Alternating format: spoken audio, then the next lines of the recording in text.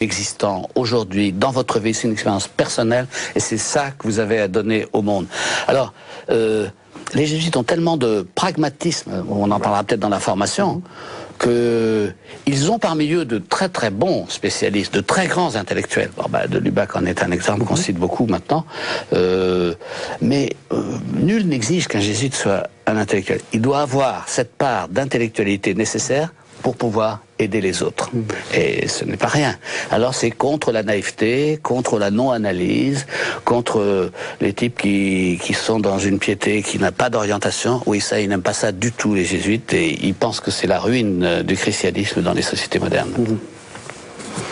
Alors, justement, moi, il nous reste en fait un petit quart d'heure, donc on va aller un peu plus vite sur les a priori, et j'aimerais que qu'on en vienne maintenant au chantier du nouveau général, et donc. Je fais la transition là, sur ce côté mondain. Dans votre livre, vous montrez bien que l'un des grands chantiers, et vous l'avez déjà dit, c'est la justice, c'est la mondialisation, c'est la lutte contre la pauvreté, etc. C'est un des points sur lesquels les jésuites ont des choses à dire, pour vous. Effectivement, les jésuites ont des choses à dire parce qu'ils l'ont déjà dit, ils l'ont déjà formulé dès les années 70 sur cette question de la lutte contre la pauvreté, la lutte contre pour la défense des marginaux, etc. Donc une imprégnation et une entrée dans la société, dans les couches les plus difficiles. Et aujourd'hui, après la période communiste, marxiste, l'effondrement du mur de Berlin, la situation a changé. En 95, déjà, les jésuites ont posé la question de ce qu'ils allaient faire. Et aujourd'hui, on entre dans une autre période qui est la période de la mondialisation, la globalisation. Le Saint-Siège travaille là-dessus. On attend d'ailleurs une encyclique de Benoît XVI sur le sujet avant son voyage au siège des Nations Unies à New York, dont d'ailleurs le discours devrait reprendre ces questions. Donc c'est une question qui touche la Compagnie de Jésus, mais l'Église catholique en général. Et je pense que justement l'intérêt de cette congrégation générale des jésuites, comme souvent c'est le cas d'ailleurs, c'est que les jésuites posent des questions, posent des problèmes qui se posent à l'Église catholique dans son ensemble. Ce sont des questions souvent universelles. Alors il y a le problème de la mondialisation, de la pauvreté, il y a le problème de l'écologie, de la diffusion de la foi, non plus face à l'athéisme, mais face à l'indifférence religieuse ou à la malcroyance. Et puis après, il y a les questions propres aux jésuites sur leur identité, c'est-à-dire qu'est-ce que c'est qu'être jésuite aujourd'hui, au XXIe siècle. Il y a des questions aussi que le pape aimerait voir la Compagnie se poser sur l'obéissance. De fait, c'est l'obéissance. L'identité, l'obéissance. Il est le premier intéressé par la chose. Les jésuites aussi, d'ailleurs. Comment être obéissant dans une société moderne avec le pluralisme, avec. Vous dites obéissant en tant que jésuite?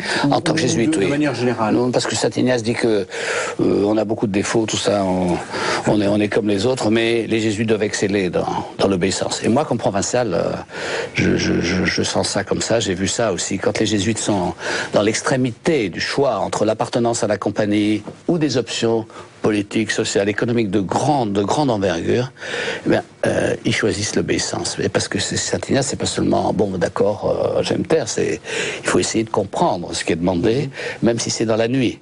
Et c'est une grande chose. C'est une grande chose dans l'expérience humaine, dans l'anthropologie humaine, qu'il y ait des gens capables de ça au nom de la foi en Dieu. Parce que c'est un vœu supplémentaire, on me dit souvent. C'est le vœu religieux, mais le Saint Ignace considérait que le vœu religieux, le plus important pour les jésuites, c'était l'obéissance.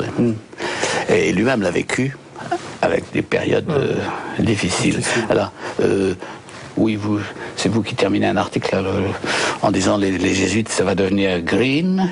C'est vrai qu'il y a il y a un afflux des questions concernant l'écologie, le climat, le réchauffement. Et alors pourquoi aussi ça marche bien, ça marche un peu mieux chez les jésuites qu'ailleurs? C'est parce que c'est un ordre mondial. Alors, si vous avez des instances où les Indiens, les Chinois sont avec les Américains et les Européens, ça va un petit peu plus vite qu'à Bali, pour dire des textes. Ce n'est pas encore la décision. Et donc, je crois que de ce côté-là, ça veut dire aussi que le profit va devenir green. Voilà. On va faire de l'argent. Gold is green now. Bon, alors, donc, il faut se poser des questions sur l'écologie. La mondialisation, la globalisation qui rentre aujourd'hui sur la question de préservation de la planète. Green aussi comme l'islam. Et les jésuites... Oui, les jésuites sont en première ligne sur le, vous parlez de Missio Islamica. Alors la mission Islamica, c'est une existence historique. Hein. C'est la mission que les jésuites ont lancée avant la guerre, avant la Seconde Guerre mondiale, et qui en fait a permis, qui a fait qu'on a abordé les musulmans comme autre chose que comme des non-croyants, voilà, et que les jésuites se sont transformés par ce projet d'évangélisation des musulmans eux-mêmes, se sont penchés sur la nature de ce qu'est la foi et le musulman pour l'évangéliser. En fait, ça a été une évolution, a permis une évolution de la vision de l'Église par rapport aux musulmans. Donc ça, déjà, avant-guerre. Les jésuites ont souvent ouvert des voies comme ça de connaissance de la Chine, et aussi du monde musulman, ils y ont participé.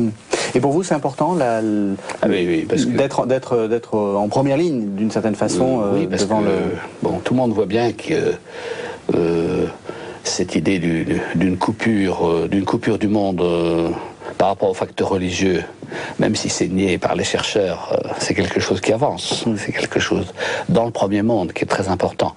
Et le fait que Dieu soit manifesté dans l'islam, malgré des musulmans pieux et sincères, par des jusqu'au-boutistes qui se servent du nom de Dieu pour faire périr autrui, voilà, c'est des choses très très graves. Et donc l'avenir du monde, c'est sûr, les jésuites le sentent, est lié à un rapprochement entre les forces spirituelles, pas à n'importe quel prix. Alors c'est ça toute la difficulté. Mais si vous regardez des atlas, des prévisions du monde, le monde catholique n'a pas à s'inquiéter. Demain, il sera admirablement représenté à cause du centre de gravité qui part vers l'Asie et l'Afrique, mais l'islam aussi sera là en progression sensible. Et c'est tellement plus facile d'être vite un musulman ou d'être un responsable musulman que d'être un prêtre ou un religieux. Et on demande à des peuples du tiers-monde des choses extrêmement difficiles et qui demandent du temps. Oui, je pense que c'est très important, mais la compagnie a appris à travers l'expérience d'AOP qu'elle a géré des grandes affaires intercontinentales. L'Amérique latine, d'ailleurs, n'est plus dans la théologie de la libération, mais elle est au rapprochement entre ces nations pour trouver des modèles. En ce sens-là, d'ailleurs, l'Europe représente un exemple pour elle. Je dirais que on a appris sous le père Aroupé, il faut faire attention à ne pas être trop jésuite, construisant des modèles, discutant entre eux et proposant leurs solutions au monde. Ça ne plaît pas du tout, du tout.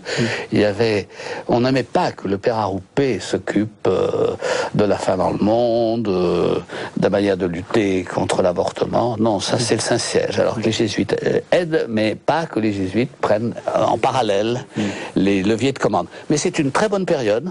Alors là, les jésuites le sentent, parce que, pour deux raisons, si je peux encore un tout petit peu parler, parce que le libéralisme intégral, dans les années que nous vivons, montre ses limites profondes et sa myopie.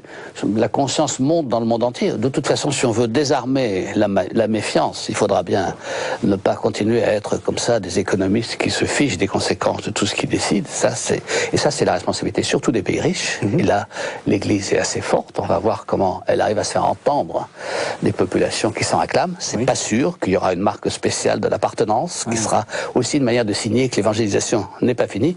Et deuxièmement, les jésuites, j'en ai parlé à l'instant, c'est plutôt pour moi un titre de fierté.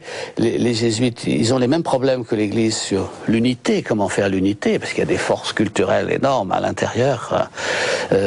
Mais ils ont un atout dont on n'a pas beaucoup parlé, mais parce qu'ils avancent tout seuls, cet atout, c'est qu'ils font l'expérience de Dieu ensemble, enfin chacun pour soi, mais ensemble, avec un langage spirituel. Il y a un langage de la tribu qui peut être énervant pour les gens. D'ailleurs, je ne suis pas tout à fait d'accord avec cet emploi de langage de la tribu.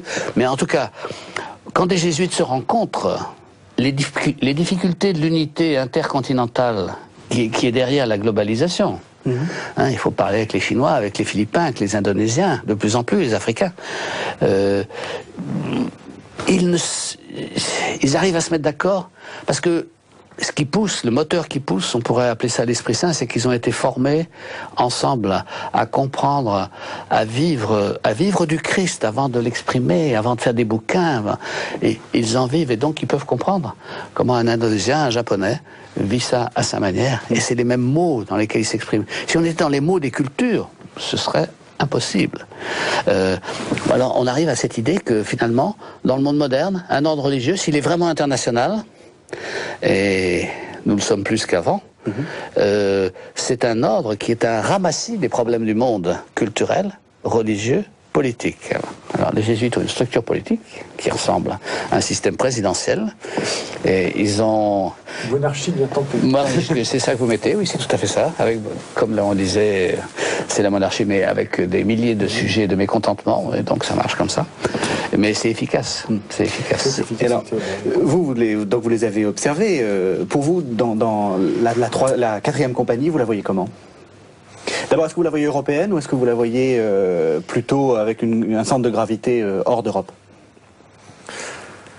La compagnie est née en Europe, elle est de moins en moins, on le sait, elle est asiatique aujourd'hui, africaine.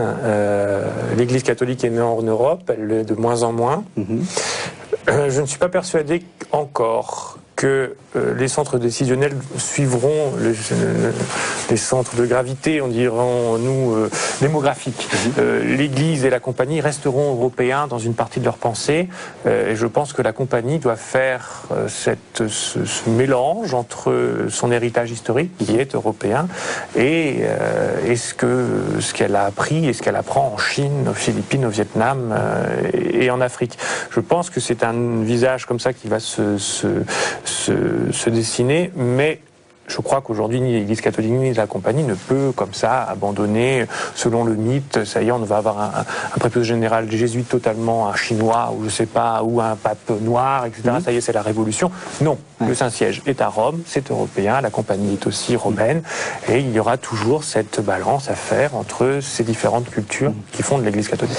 Alors, les grands noms de la 3e compagnie, c'était, vous avez parlé de Lubac, on peut parler de Teilhard, on peut parler de Michel de Certeau.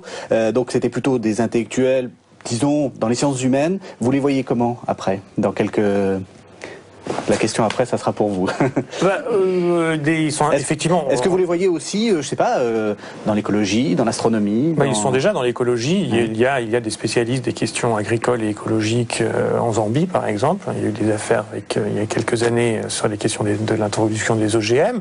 Ce sont aussi, il faut le rappeler, ce sont les astronomes du pape, ceux qui explorent le ciel et l'observent pour le Saint-Siège aux États-Unis. Ce sont des jésuites, des astronomes. Ce sont de grands astronomes. Donc il n'y a pas uniquement que les sciences humaines qui sont effectivement, disons, la partie la plus médiatique, la plus people, la plus visible. Les sciences humaines, c'est pas très people, vous savez. Ça dépend aussi. On peut se retrouver sur un plateau de télévision à parler d'un livre, d'une publication, observer les étoiles, ça dépend. Il y a des chaînes spécialisées ou pas. Mais les jésuites sont déjà présents sur ces domaines, et je pense que, comme ils l'ont déjà fait, ils seront présents sur les nouveaux dossiers de la nouvelle science, on va dire. Que ce soit aussi la bioéthique, évidemment, puisqu'ils sont très présents déjà aux États-Unis et aussi en France. Alors, il nous reste quelques minutes. Oui. Je vais vous demander quelque chose de difficile, Père Madeleine, parce que vous parlez beaucoup. En quelques minutes, en 1 minute, pourquoi est-ce qu'il faut devenir jésuite aujourd'hui ? Il faut devenir jésuite. Il faut devenir jésuite. Voilà, vous avez des téléspectateurs, vous voulez les convaincre, qu'est-ce que vous leur dites ? On ne devient pas jésuite parce qu'on a décidé de devenir jésuite. Il faut que vous soyez convaincus par l'attrait du Christ, par la force de l'esprit qui vous pousse à être jésuite. Et si vous acceptez ça, c'est un don que vous faites à la compagnie, avec les talents que vous remettez à un organisme, à une communauté qui va s'en servir, et c'est un don fait à l'Église. C'est comme ça que la vie religieuse est présentée toujours. C'est un don assez inattendu. Pourquoi, en tel endroit ? Et les gens qui entrent dans la compagnie, c'est des gens qui viennent d'univers qui en soi n'étaient pas spécialement recoupés par des apostolats des jésuites. Donc il y a de la surprise. Et c'est la meilleure chose, c'est la surprise, c'est quelqu'un qui est habité par un désir intense d'étendre le règne de Dieu dans le monde par tous les moyens, à condition que le centre soit bien la foi dans le Christ. Il aura à sa disposition beaucoup de choses.